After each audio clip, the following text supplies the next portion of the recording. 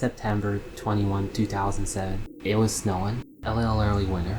Peach was hanging out in the snow, then Bowser came up behind, and he just shot her. Mario did not like that. He decided dumping him in lava won't be enough. Time to bust out the guns again.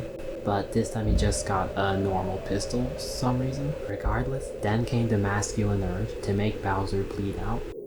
Right there. In the pretty white snow. And create some crimson hours. Crimson Hours is the second Mario gun game by Hello, and it's just Dark Days with a bit more polish, and a minor attempt at plot this time. If you saw the footage, that's actually how the game opens. That's about it for plot though. As for why the name Crimson Hours, it might be a reference to a 2005 book of the same name, Crimson Hour: A Gothic Tale by Miraval and Reva Sativer, if I pronounced those right. The concept of the book is basically a woman walking into a bloody forest after losing a loved one, which that sounds a lot like this game. Long shot maybe, but worth drawing up the possibility. Oh yeah, and apparently the original game actually uses the same lava palette as the rest of its gun games. The Winter was just an alternate version he made, but that's the version I played, and I think the contrast is snow way cooler than just lava, lava, lava, lava, so I'll treat this as the real version because I can.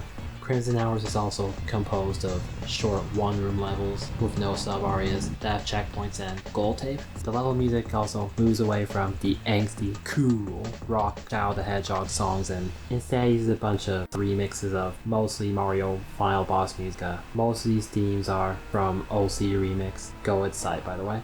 A few are from Dwelling of Duels, an OG site where people competed to create rock remixes of game music. They're gloomy, creepy, and eerie, and I think it fits the tone of the game much better than it did the first time, especially since it matches with how the intro is presented.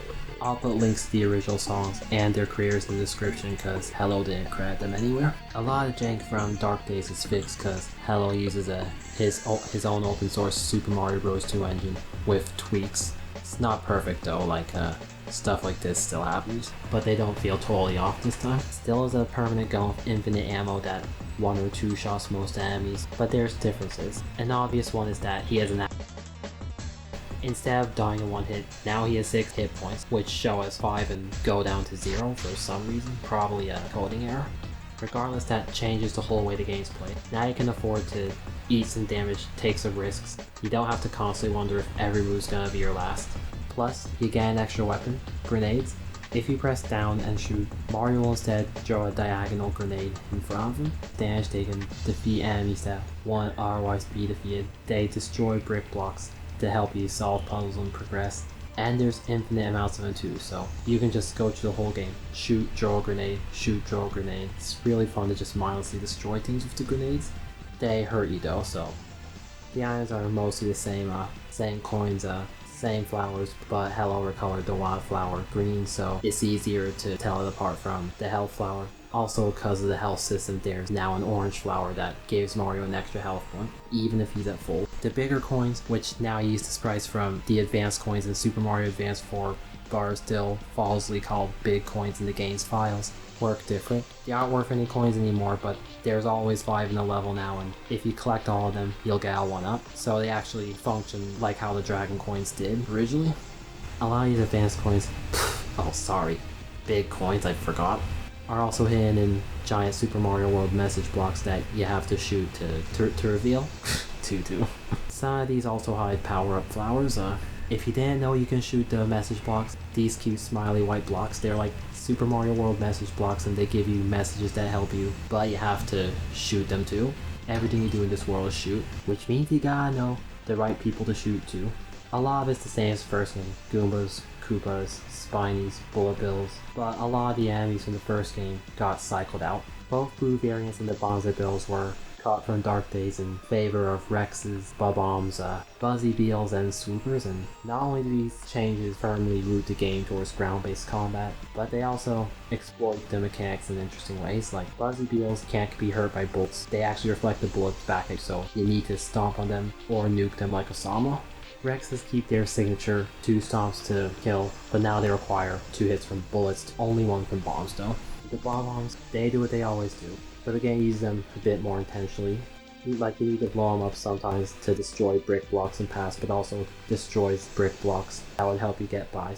The swoops, they hang on the ceiling like they did in Mario World.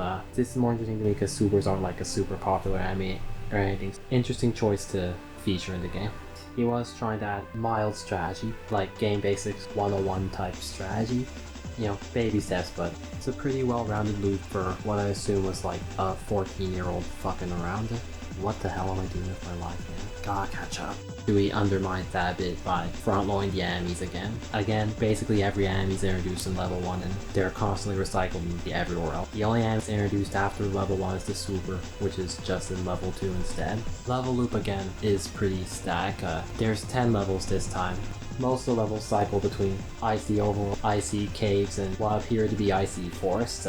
Then for levels 5 and 10, you get a fortress, which are followed by 2 miniature levels that are boss fights. Yeah, there's a boss now, more on him soon. And then level 9, right before the second fortress, is again an airship. So there's technically 12 levels in total, 10 full ones, 2 boss levels. We should probably talk about the boss levels. The bosses, it's fucking Bowser. The first Bowser battle takes place on top of the previous fortress level at night. First he kills a toad in front of you because he can, and he tries to do the same to you. There's 2 bullet bill cannons on the near side. Bowser mans one at a time. Bowser uses the same health system as the player, so you have to deal with him by shooting. Every time you shoot him, he becomes invulnerable for a bit, stops shooting bullet bills at you, and he jumps in the crown car, and he just changes to Super Mario World Bowser sprites when he does that. That's the type of goofy shit I love seeing in these games. And then he drops bullet bills at you vertically. All of them explode, by the way, should have mentioned that earlier. After enough of that, he drops back down, you can shoot him again, and do that enough and he's defeated. Then you meet him again at the end of the game, inside an icy room in the castle. This time he's on top of a wall above you and he rains more bullet bills down. Then some normal enemies come to the sides like Goombas, Spinies, Buzzy Beetles, and Bob-Ons. We didn't see any of those enough in the game, I guess. Then Bowser jumps down to challenge you, and this time bro's packing the heat.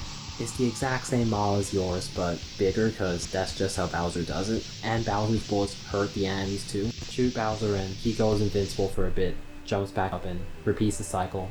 And when you finally shoot away the last of his health, BAM! And so ends the game, with some text saying, Mario's finally won, he beat Bowser, but he didn't bring back Peach. She's still gone, the Mushroom Kingdom still misses her dearly. But the game gives you 99 lives for your trouble, which doesn't really do much for you since there's nothing left. It's basically just a cool flex. One other thing I'll point out last second is that there's actually multiple difficulties that you can choose when you first open the save file. There's normal, hard, brutal, and simple. Normal is what I just talked about. Hard replaces all the Goombas with Rexes and Koopas with Buzzy Beetles, kinda like how the hard mode in Super Mario Bros. 1 replaces some enemies. Brutal mode does that too, but you also must get every single big coin in the level to win. And simple gives Mario 11 health points, which show up as 10 and decrease to 0. And his gun is in permanent machine gun mode, like if he touched a gunflower. I didn't play through any of these modes myself, but they seem like they'd be fun to go back and play the game in. Well, not simple, cause I'm not a noob. Better version of the previous, but still largely just a novelty. And so, with the beast slayed, Mario trudged back through the snow, letting his blood scar the ground. He walked across the icy battlefield, back to his house, hoping he would never have to use this weapon again. And so it stayed for the next few years. Until